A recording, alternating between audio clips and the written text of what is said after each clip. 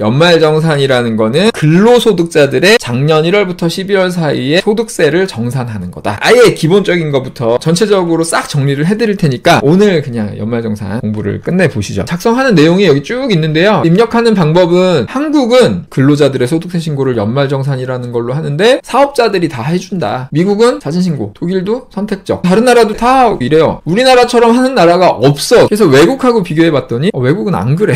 이런 나라가 없어. 그러면은 이렇게 얘기할 수 있을 것 같아요. 우리나라의 제도가 좀 잘못된 것 같다. 바꿔야 될 필요가 있다. 그 얘기를 좀 하고 싶었습니다. 연말정산이 어려운 개념이에요. 어려운 개념인데 단순히 제도가 바뀌어야 되니까 알아야 된다라기보다는 그것도 중요한 이유지만 사업자든 근로자든 종합소득세라는 방식으로 세금을 내야 되는데 이게 너무 큰 세금이거든요. 근데 알면 절세할 수 있는 것도 많고 그러니까 사실은 이건 전 당연히 알아야 되는 세금이라고 생각을 해요. 종합소득세는. 그리고 이 종합소득세를 납부하는 방식이 연말정산이기 때문에 이거는 당연히 알아야 되는 거죠. 사업자는 사업자가 해야 되니까 알아야 되고 근로자도 사실은 이거를 사업자가 하려면 챙겨줘야 되니까 알아야 돼요. 그러니까 어차피 근로자 사업자 다 알아야 되는 건데 거기에 이런 제도적인 어떤 문제점까지 더해서 많이 아셨으면 좋겠습니다. 사업자라면 꼭 알아야 할 세금, 회계, 노무, 마케팅. 일단 연말정산을 정리해드릴게요. 연말정산이 사실 좀 되게 어려운 개념이긴 해요. 세금에서 가장 난이도가 높은 편에 속하는 개념이라서 여러분이 대충 그냥 연말정산 뭐지? 하고 가벼운 마음으로 유튜브 검색해서 이제 좀 공부해보시고 이래가지고는 그렇게 이해할 수 있는 건 아니에요. 왜냐면 기본적으로 알아야 되는 것들도 많고 복잡하거든요. 그래서 오늘 제가 그냥 아예 기본적인 것부터 전체적으로 싹 정리를 해드릴 테니까 오늘 그냥 연말정산 공부를 끝내보시죠. 연말정산은 사업자 당연히 알아야 되고요. 특히 직원 쓰시는 분들이면 당연히 알아야 되고 그 다음에 근로자분들 당연히 알아야 되는 거예요. 그러니까 우리가 알아야 되는데 왜 그런지는 제가 몇 가지 이유를 말씀드릴게요. 오늘 정리해드린 내용은 반드시 좀 알아두시고 그 다음에 연말정산 개념 설명을 좀 해드리고 근로자분들이 챙겨야 되는 거 이게 챙겨져야 그 다음에 사업자가 할 수가 있거든요. 그래서 근로자분들이 챙겨야 되는 거 먼저 말씀드리고 사업자가 해야 되는 거 말씀드리고 그 다음에 이 이유에서 말씀드릴 건데 결국은 제도가 이거 정말 좀 이상해. 제가 보기에 이거 바뀌어야 되는 제도 중에 하나인데 특히 이제 외국하고 비교를 좀 해볼게요. 외국에는 이런 비슷한 제도가 있는데도 있긴 한데 우리나라처럼 비합리적이고 비효율적인 나라는 적어도 선진국 중엔 없더라고요. 우리가 최저시급 얘기할 때 외국하고 많이 비교했잖아요. 근데 그걸 단순히 법정 최저시급만 놓고 비교하면 말도 안 되는 거야. 인건비와 관련돼서 발생되는 비용들이 굉장히 많고 우리나라는 특히 주유수당이라는 것도 있고 4대 보험도 사업자가 다 직원들 거 내줘야 되고 퇴직금도 줘야 되고 여러 가지 직접적인 비용도 있고 연말정산 같은 간접적인 비용도 있거든요. 연말정산이 뭐냐면 직원들 인건비 신고를 종합소득세 신고를 사업자가 다 해주는 거거든. 근데 그런 나라가 없어요. 이게 결국은 다 사업자가 인건비에 쓰는 비용인데 직원을 쓸 때 발생하는 인건비인데 이런 것들은 하나도 고려하지 않으면서 외국하고 직접적인 그 법정 최저시급만 비교를 하니 우리나라의 실질적인 인건비가 사실은 엄청나게 높다라고 이야기할 수 있죠. 그래서 되게 많은 것들 중에 연말정산이 어떤 건지 좀 알아두시면 좋겠어요. 그래서 오늘 여러 가지 이유로 연말정산은 전 국민이 알아야 된다. 좀 그렇게 생각하거든요. 근데 일단 뭐 전 국민까지 안 가더라도 최소한 직원을 쓰는 사업자라면 아셔야 됩니다. 그래서 일단은 왜 연말정산을 알아야 되는지부터 시작을 해볼게요. 연말정산이라는 게 뭐냐면 이 뒤에서 말씀드릴 건데 연말정산이라는 거는 종합소득세 신고예요. 한편으로는 인건비 신고라고 아까 말씀드렸는데 한편으로는 종합소득세 신고예요. 무슨 종합소득세 신고냐면 근로자들의 종합소득세 신고예요. 근데 이 종합소득세는 우리가 대한민국에서 살아가면서 돈을 벌면은 내야 되는 거잖아요. 그것도 적어도 6%에서 많게는 45%까지 지방세까지 하면 49.5% 내가 버는 돈의 50%를 내야 되는 어마어마한 세금이란 말이에요. 우리가 살면서 가장 많이 내는 세금 중에 하나죠. 종합소득세가. 근데 이거를 사업자가 직원들 걸 대신 내주고 있긴 하지만 결국은 직원들 돈으로 내는 거니까 직원들이 내는 거거든요. 근데 이렇게 많은 세금을 내면서 보통은 이제 6%부터 시작하지만 2천만 원만 넘어가도 15%, 5천만 원 넘어가면 24% 이렇게 되지만 거기에 지방세 붙이고 건강보험료 붙이고 이러면 최소한 20%에서 30%는 무조건 내는 거거든요. 그러면 20%, 30% 이상을 내는 이 세금을 이게 뭔지도 모르고 그냥 내는 게 말이 돼요? 알아야지. 그리고 이거를 알면은 줄일 수 있는 방법들이 굉장히 많단 말이에요. 그러니까 이게 일단 큰 비용이기 때문에 이 종합소득세라는 것 자체가 큰 비용이고 아는 만큼 줄일 수 있는 거고 평생 동안 내야 되는 굉장히 많은 세금이기 때문에 이거는 알아야 되는 거죠. 그래서 사업자 근로자가 모두 알아야 되는 이유는 큰 비용이기 때문에 알아야 된다. 그 다음에 이게 제도잖아요. 소득세를 징수하는 방식이죠. 우리나라의 세금을 징수하는 방법인데 그 제도가 제가 보기에는 좀 문제가 있는 것 같아. 이렇게 말씀드리기 좀 조심스럽고 어려운 얘기긴 한데 오늘 말씀드린 내용을 보시면 이게 굉장히 비합리적이고 비효율적이고 현실적으로 굉장히 좀 불가능하다라고 생각하실 수 있을 거예요. 그리고 이거를 외국하고 비교해보면, 그러니까 외국에 이런 연말정산 제도가 있느냐 하면 대부분 없거든요. 이게 뭐냐면 결국은 직장에서 근로소득을 받는 사람들의 종합소득세 신고 방법인데 그 외국의 근로자들의 종합소득세 신고 방법하고 비교를 해보면 우리나라 제도가 얼마나 복잡하고 어렵고 비효율적인지를 알 수 있어. 그러면은 이거는 제도에 문제가 있다라고 얘기할 수 있는 거잖아요. 그래서 제도에 문제가 있다면 이거를 효율적으로 바꿔가야 될 거 아니야. 저는 이 연말정산 제도는 반드시 바뀌어야 되는 제도 중에 하나라고 생각을 해요. 왜냐면 너무 어려워. 이거 자꾸 국세청에서 시스템을 발전시켜갖고 어떻게 해보려고 하는 것 같은데 근본적으로 좀 바꿔야 되지 않나? 뭐 이런 생각이 드는데 이건 제 개인적인 생각이에요. 근데 그런 게 좀 변화가 되려면 이 납세자들이 사업자들도 그렇고 근로자들도 그렇고 이걸 알고 동의가 되고 합의가 돼야 바꿀 수 있는 거잖아. 이게 너무 큰 변화라서 바꿀 수 있을지는 모르겠지만 얘기는 좀 해야 될 것 같아요. 같이 알아야 될 것 같아요. 그래서 일단 연말정산 제도에 대해서 알아야 된다 생각을 합니다. 그리고 또 알아야 되는 이유가 사업자는 직원들의 종합소득세 1년치 소득세를 정산하는 건데 원천징수하고 계산해서 신고하고 납부하는 거를 다 사업자가 해줘야 되는 거거든요. 그러니까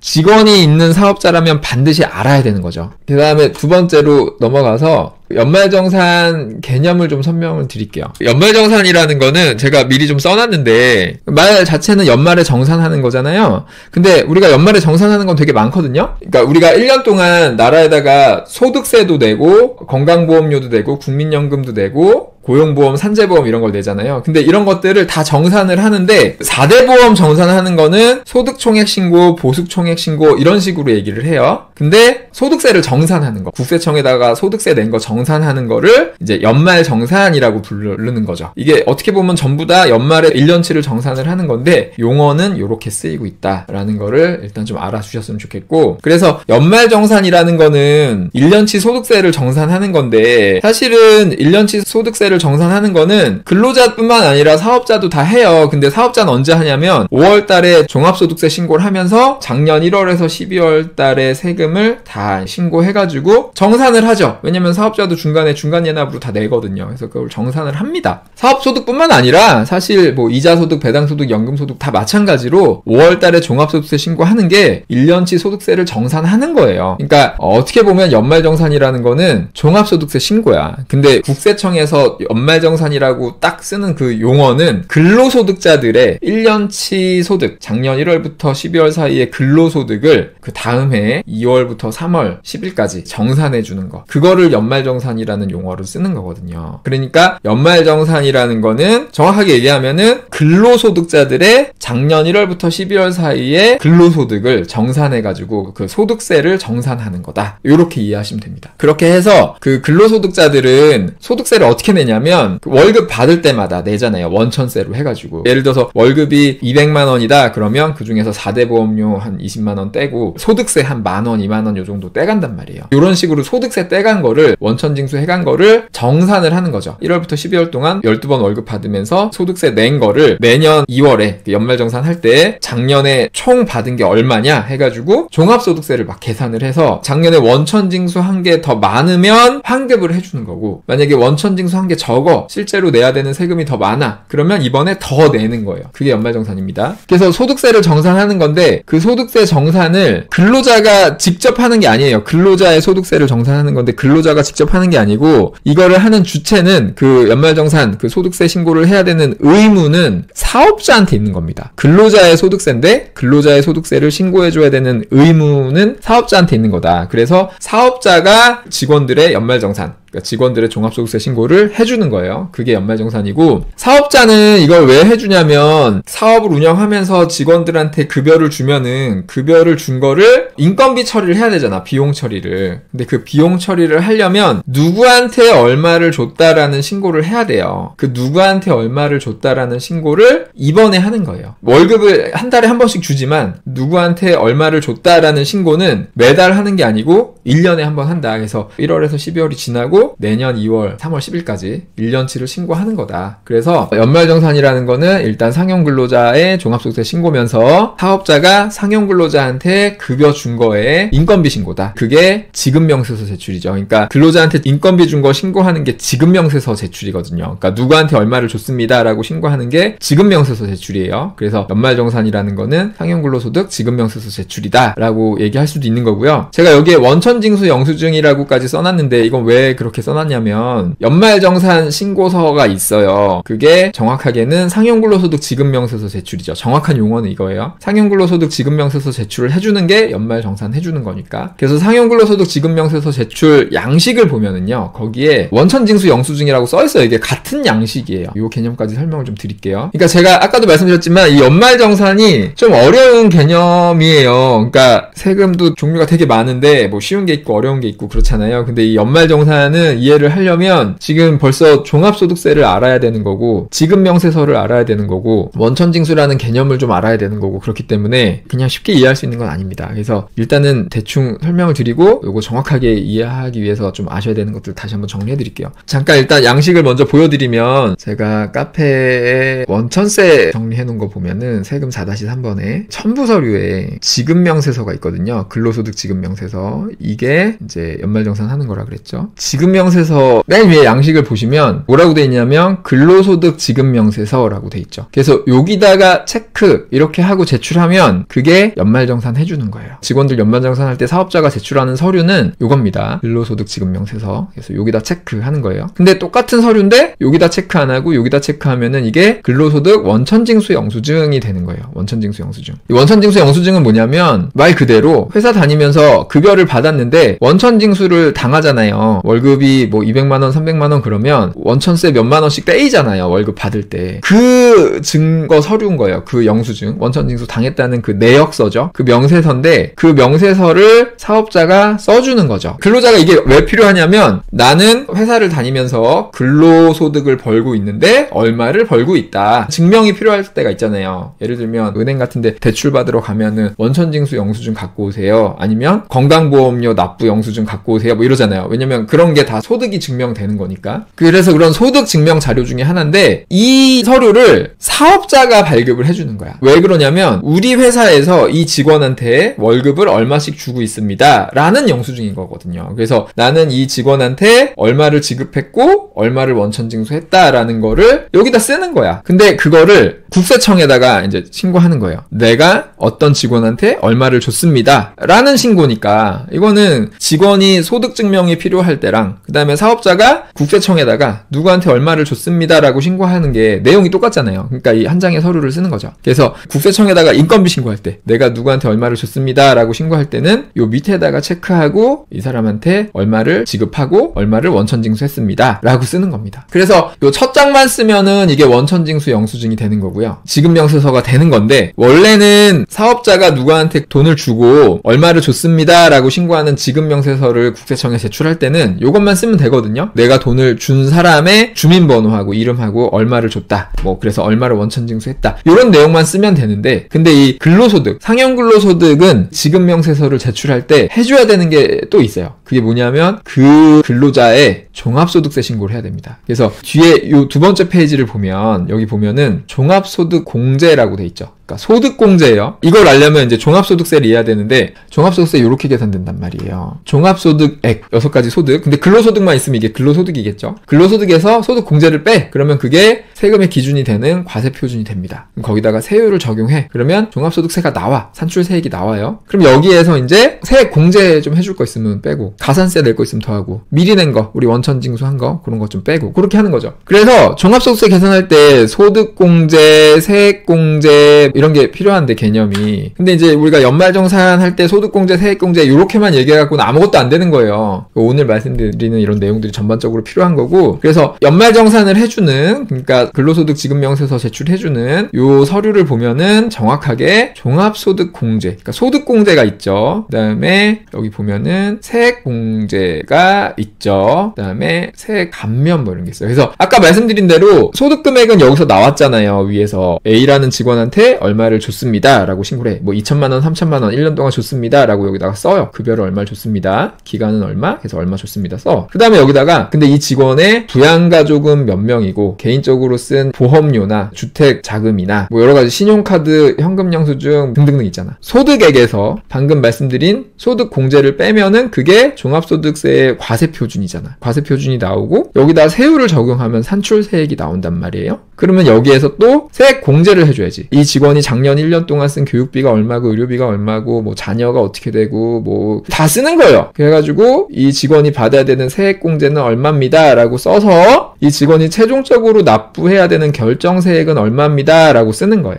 여기까지 쓰고 나면 작년에 이 직원이 미리 냈던 원천징수했던 그 세금이 여기 있잖아요. 기납부세액이 있거든요. 소득세 얼마 냈는지. 그러면 이거랑 비교해서 이게 더 많다 그러면 돌려주는 거고 이게 더 적다 그러면 더 내는 거예요. 이렇게 하는 겁니다. 그러니까 정확하게 연말정산이라는 거는 종합소득세 신고다. 직원의 종합소득세 신고. 그래서 사업자가 직원 한 명 한 명 한 명의 종합소득세 신고를 다 해줘야 돼. 그래서 직원 한 명 한 명마다 이 서류를 다 만들어서 제출해주는 게 연말정산입니다. 그리고 좀 헷갈릴 수 있는 게 그러면 종합소득세 신고는 원래 5월 달에 하는 거잖아요. 그리고 종합소득세 신고는 근로소득도 해야 되는 거고 근로자들도 6가지 소득인데 그중에 근로소득이 있으니까 그러면은 근로자들은 5월 달에 왜 종합소득세 신고 안 하냐 해야 되는 거 아니냐 이런 질문도 많이 하시는데 궁금할 수 있죠? 근데 그거는 근로소득만 있는 경우에는 2월 달에 회사에서 지급명세서 제출해주잖아요. 그러니까 연말정산 해주잖아요. 그러면 요걸로 대신할 수 있어요. 5월 종합소득세 신고를 연말정산으로 대신할 수 있어요. 그래서 직원분들은 5월 달에 종합소득세 신고를 안 해도 되는 겁니다. 근데 만약에 근로소득 말고 다른 소득이 있으면 연말정산을 2월 달에 했지만 이거는 근로소득에 대한 신고만 회사에서 해준 거기 때문에 다른 소득까지 합쳐가지고 다시 연말정산을 해야 되거든요. 종합소득세 신고를 다시 해야 되기 때문에 다른 소득이 있는 근로자분들은 회사에서 연말정산을 2월에 했어도 5월 달에 종합소득세 신고를 해야 된다라는 거고 그리고 다른 소득이 없어도요 5월 달에 종합소득세 신고를 해도 돼요. 그래서 홈택스 들어가서 한번 해보세요. 종합소득세 신고를. 그러면은 어차피 회사에서 연말정산을 해준 경우에는 5월 달에 그 내역이 조회가 다 되거든요. 근데 그거를 회사에서 제대로 해줬으면은 그냥 그대로 냅두면 되는 거고 들어갔는데 회사에서 뭐 누락한 게 있다 그러면 다시 한번 연말정산이 가능합니다. 그러니까 종합소득세 신고를 다시 해가지고 누락된 걸 집어넣으면은 이때 또 돌려받아요. 환급을 직접 받을 수도 있어요. 그렇게 하셔도 됩니다. 회사랑은 상관없어요. 그렇게 하는 거는. 한번 해보시면 좋겠죠? 그래서 5월 달에 종합소득세 신고하는 거는 그때 가서 또 정리해 놓은 거 보고 하시면 되니까 그렇게. 그래서 좀 복잡하게 설명드리긴 했는데 워낙 내용이 복잡해가지고 말씀드린 거고 다시 한번 말씀드리지만 연말정산을 이해하려면 지금 말씀드린 내용들을 이해하셔야 되고 기본적으로 연말정산을 이해하기 위해서는 종합소득세에 대한 개념을 정확하게 이해하셔야 되니까 저희 채널 오시면 종합소득세 정리 다 해놨잖아요. 기본 개념. 여기에 정리해드린 용어는 아셔야 돼요. 여기 재생공목 세금에 여기 종합소득세 요거 먼저 꼭 이해를 하시고요. 이걸 모르면 연말정산은 이해할 수가 없어요. 그리고 종합소득세 안에 소득공제, 세액공제, 기납부세액 이런 용어 다 설명을 드렸으니까 과세표준, 산출세액 이 개념들을 알아야 연말정산을 이해할 수 있는 거예요. 그리고 지급명세서는 지금 설명드렸고 요거랑 관련해서 이제 인건비 신고가 뭐지? 이렇게 또 헷갈릴 수 있는데 잠깐 설명드리면 인건비 신고는 첫 번째는 원천세 신고를 많이 생각하시는데 원천세 신고는 그냥 원천세 거둔 거 빨리 납부 납부하려고 매월 하는 거일 뿐이고 정확하게는 지급 명세서 제출이다. 그래서 이건 기본적으로 매월 하고 이거는 매년 하는 거죠. 1년에 한 번. 근데 근로장려금을 빨리빨리 주기 위해서 뭐 이상한 제도를 하나 만든 게 간이지급 명세서라는 게 또 나왔죠. 이거는 또 없어져야 되는 이상한 제도 뭐 이런 게 나왔는데, 아무튼 인건비 신고의 전체적인 틀은 이래요. 그래서 사업자분들은 이 개념까지 아셔야 연말정산에 대한 정확한 이해가 될 거예요. 그래서 요거까지 좀 필요하다 그러면 노무에 여기 직원이 있는 사업자라면 꼭 알아야 할 것 해서 정리해 놓은 게 있으니까 요 정도 개념은 좀 알아두세요. 그래서 연말정산 요렇게 알아두시면 되겠고요. 그래서 그 다음에는 이제 해야 되는 게 있죠. 그러니까 연말정산이라는 게 방금 말씀드린 것처럼 직원들의 종합소득세 신고를 사업자가 다 해주는 건데, 그러면서 사업자가 인건비 신고를 다 하는 건데, 근데 이걸 하려면은 직원들의 종합소득세 신고를 해야 되고, 종합소득세 신고를 하려면은 소득공제, 세액공제를 다 해야 되는데, 그러면은 근로소득에 소득공제, 세액공제 해주는 게 되게 많잖아요. 부양가족부터 해가지고 개인적으로 신용카드 쓰고 현금영수증 쓰고 뭐 교육비 쓰고 의료비 쓰고 뭐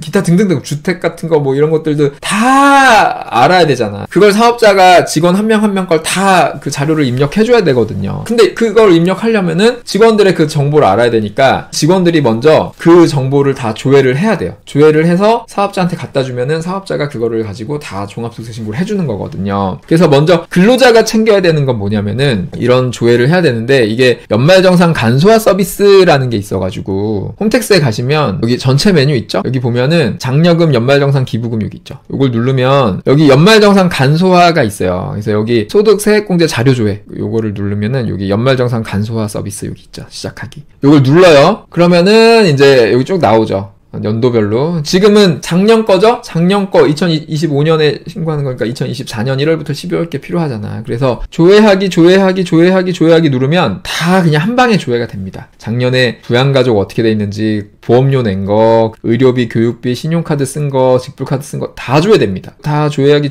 해가지고 내려받기 눌러서 이거를 엑셀로 받아가지고 그 파일을 사업자한테 주시면 돼요. 근로자가 해야 되는 거 이겁니다. 간단하죠? 그 다음에 사업자가 해야 되는 건 뭐냐면, 직원한테 이걸 받았잖아요. 그러면은 이제 직원들 거 한 명 한 명 걸 다 받아가지고 아까 보여드린 요 서류에다가 다 쓰는 거예요. 여기다가 예를 들면 여기 보면은 개인연금저축 얼마냐, 이런 거는 여기 연금보험료 이런 거 다 있거든요. 그 다음에 국민연금 얼마 냈냐 이런 거 소득공제 해주는 거니까 여기 공적연금에 국민연금 여기다가 이런 식으로 하나하나 찾아서 다 써주는 겁니다. 여기 전부 다 여기다 다 써주는 건데, 이렇게 종이에 써서 연말정산 하셔도 되는데 요즘엔 홈택스가 워낙 잘 돼 있으니까 종이 하지 마시고 사업자로 로그인을 해서 전체 메뉴에 여기 지급명세서 제출이니까 연말정산은 여기로 들어가는 겁니다. 사업자는 여기로 들어가서 근로소득 지급명세서 제출이 연말정산이니까 여기로 들어가서 근로소득 퇴직소득을 눌러가지고 지금 근로소득 지급명세서 제출해주는 거니까 요거 누르시면 됩니다. 그래서 직접 작성으로 들어가서 기본정보 입력하고 저장 후 다음 이동 눌러가지고 직원 한 명 한 명 거 해주는 거예요. 직원 거 주민번호 쓰고 이름 쓰고 그 다음에 작년 1월부터 12월 사이에 얼마 지급했냐 여기다 쓰는 겁니다. 이게 작성하는 내용이 여기 쭉 있는데요. 이게 정확하게 요 서류랑 똑같아요. 근로소득 지급명세서 제출하고 있잖아요. 그래서 요 내용 쓰는 거가 여기까지 지금 똑같이 있는 거예요. 밑에 보면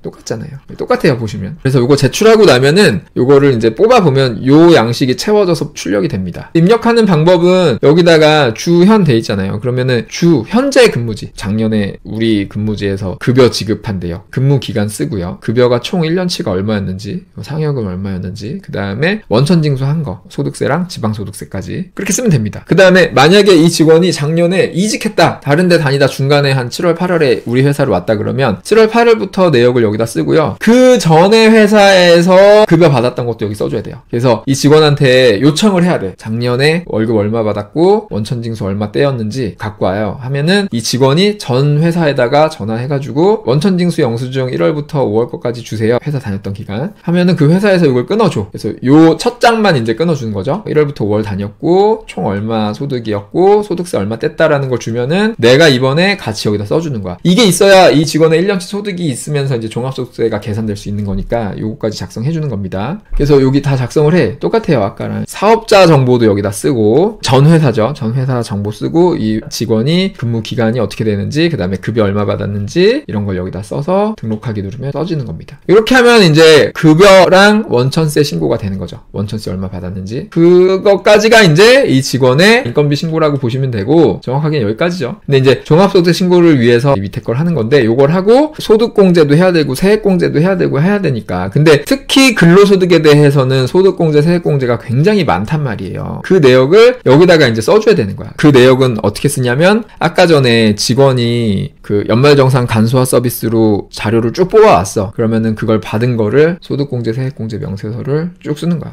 부양가족이 어떻게 되는지, 다대보험료 여기다 다 쓰는 거야. 서류 보면서. 신용카드 얼마 썼는지, 현금영수증 얼마 썼는지 다 거기 있거든요. 이거 보면서 대중교통 어떻게 이용했는지 쭉 쓰면은 그나마 다행인 거는 이 입력만 해주면은 결정세액이 다 계산이 되고요. 그 다음에 나중에 차감, 징수세액 뭐 이런 게 계산이 저절로 돼요. 그래서 돌려줘야 되는지 더 내야 되는지 이런 것들이 다 계산이 되고, 계산이 되면은 요거를 사업자가 이제 돌려받는 거예요. 돌려받을 게 있으면 사업자가 국세청한테 다 돌려받아서 직원한테 다 그걸 그대로 돌려주면 됩니다. 아니면 만약에 더 내야 되면은 사업자가 원천세 신고해서 더 내고 직원한테 더 받고 이렇게 하는 겁니다. 그래서 오늘은 연말정산의 개념만 좀 말씀드렸고요. 우리나라의 근로자들의 그 소득신고 제도가 이렇게 돌아가고 있는 거거든요. 근데 이렇게 보시면 우리나라의 소득세 신고 제도가 굉장히 합리적이다 라고 생각하실 분이 얼마나 될지 잘 모르겠어. 저는 이게 굉장히 비합리적이라고 생각하고, 근데 이제 생각해보면 예전에는 이렇게 할 수밖에 없었을 것 같아요. 왜냐면은 뭐 어떻게 아무것도 없는데 컴퓨터도 없고 막 이런 시대에는 직원들이 뭐 어떻게 할 거야. 그러니까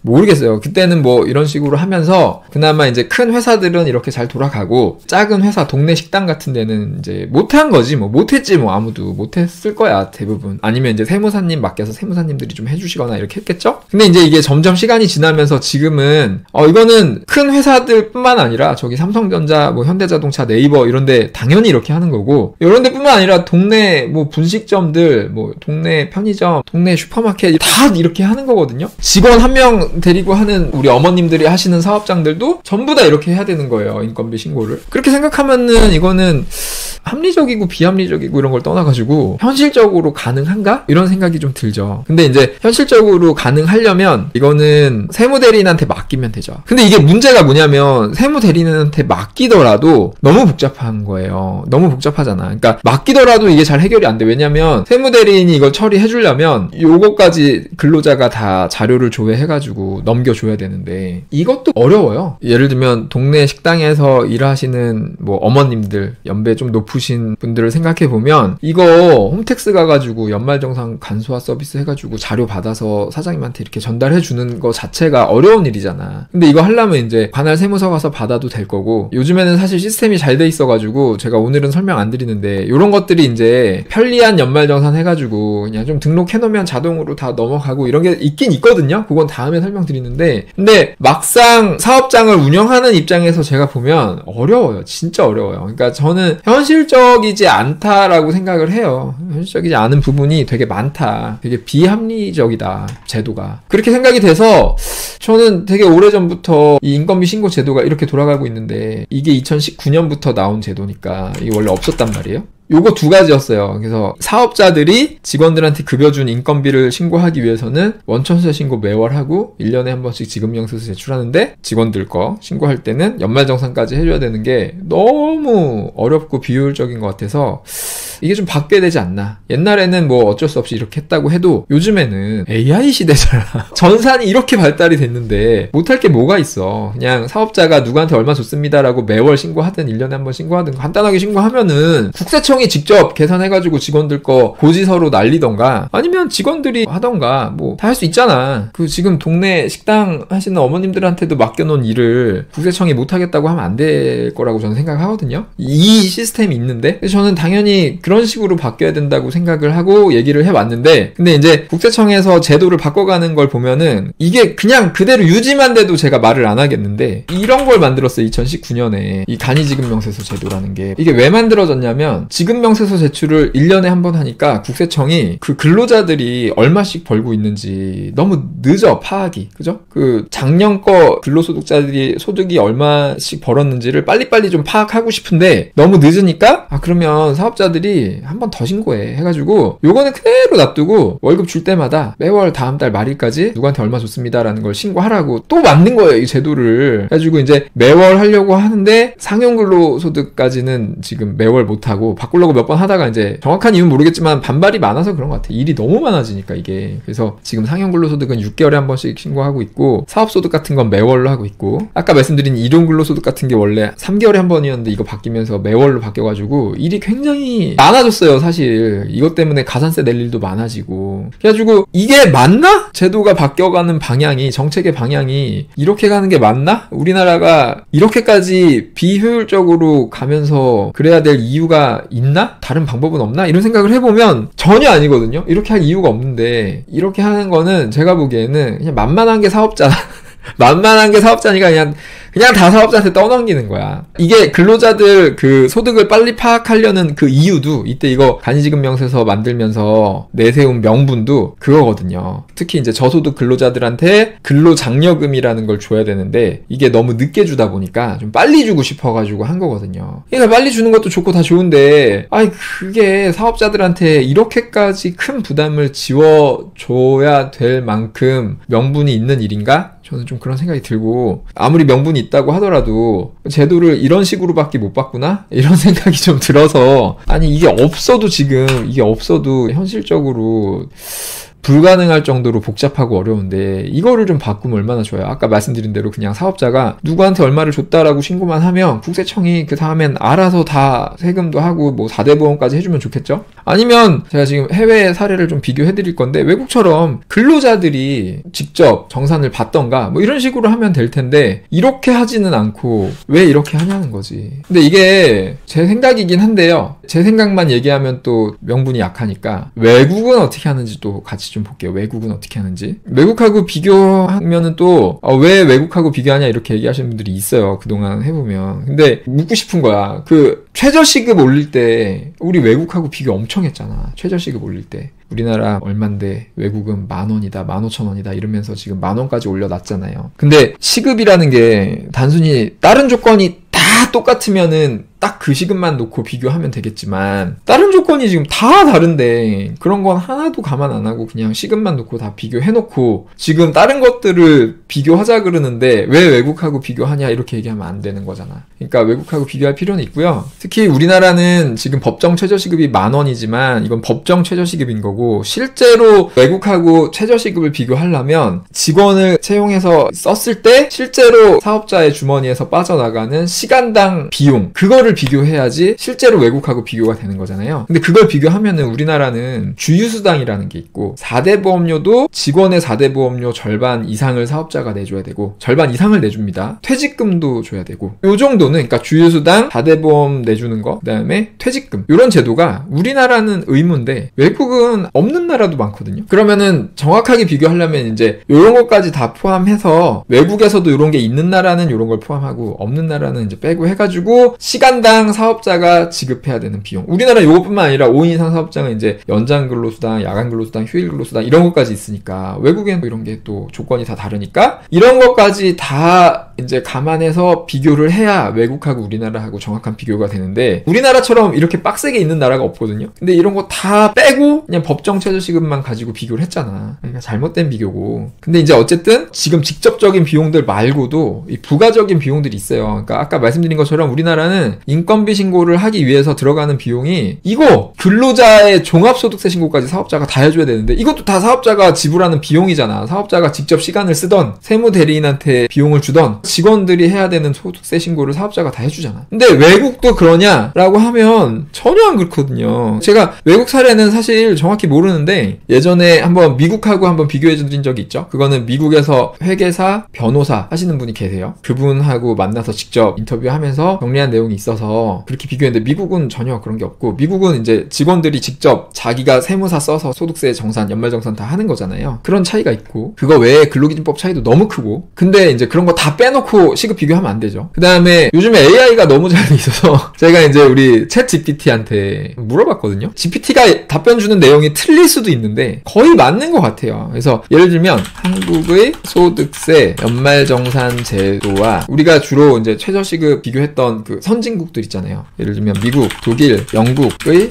소득세 신고 제도를 비교해줘. 이렇게 물어보면 제가 물어봤었거든요. 아까 비교를 잘 해주더라고요. 그러니까 이게 틀릴 수도 있어요. 그래서 혹시 정확하게 알고 계시는 분들 중에서 이거 잘못됐다, 이거 아니다, 뭐 그런 게 있으면 나중에 댓글로 좀 알려주시는데, 제가 보기에는 꽤 정확한 것 같아요. 왜냐면 일단 한국의 연말정산 제도 내용을 보면 개요가 근로소득자의 경우 회사가 고용주가 매월 급여에서 소득세 원천 징수하고 연말에 실제 세액을 정산해준다. 신고 방식은 대부분의 근로자든 개별 신고할 필요 없이 회사가 대신 연말정산을 해준다. 정확하잖아. 제가 아까 설명드린 거예요. 정확하거든요. 특징은 근로소득자는 직접 세금 신고 부담이 적고 여러 가지 해주는 것도 많고 자영업자는 별도 신고해야 되고 정확하잖아요. 그 다음에 미국 같은 경우도 보면 제가 들었던 거랑 똑같아. 미국은 자진신고 다 알아서 하는 거야. 모든 납세자가, 모든 직장인들이 다 알아서 하는 겁니다. 회계사 써가지고 영화 보면 나오잖아요, 그런 거. 그래서 특징은 미국은 모든 납세자가 개별적으로 신고해야 되고 다양한 세도공제 있고 뭐 이런 게 있다. 그죠? 그 다음에 독일 원천징수랑 선택적 신고. 그러니까 독일은 약간 중간이야. 보면은 사업자가 어느 정도 원천징수 해주는 게 있고, 근데 이제 정산 같은 걸 받고 싶으면 근로자가 직접 하는 것 같더라고요. 추가적으로 하는 거. 정확한 건 저도 몰라요. 근데 이렇게 나와 있죠. 그 다음에 영국 비슷해요. 여기도 자진신고 병행 이래요. 그래서 비교한 거 보면은 한국은 근로자들의 소득세 신고를 연말정산이라는 걸로 하는데 개인 신고가 필요 없다. 사업자들이 다 해준다 라는 거고, 미국은 자진신고 자기들이 하는 거고, 독일도 선택적 복합적으로 하는 거고, 다른 나라도 좀 봤는데 다 거의 뭐 이래요. 우리나라처럼 하는 나라가 없어. 저는 못 찾았어요. 일본도 이렇더라고. 이렇게 섞여 있더라고요. 그러니까 우리나라가 이상한 거죠. 다르죠. 다른 나라랑. 저는 그래요. 제가 생각하기에 우리나라의 소득세 신고 방법, 근로소득자들의 소득세 신고 방법은 굉장히 이상한 거예요. 그냥 제가 오늘 설명드린 내용을 보면 다들 생각하시는 게 차이가 있을 수 있겠지만 제가 보기에는 매우 비합리적이고 이렇게 하는 게 너무 후진적인 것 같고, 여기에다가 아까 말씀드린 대로 간이지급명세서까지 넣는 이 정책을 만들어가는 방향 자체가 너무나도 잘못됐다고 생각이 되고, 이건 제 생각인데, 그래서 외국하고 비교해봤더니 외국은 안 그래.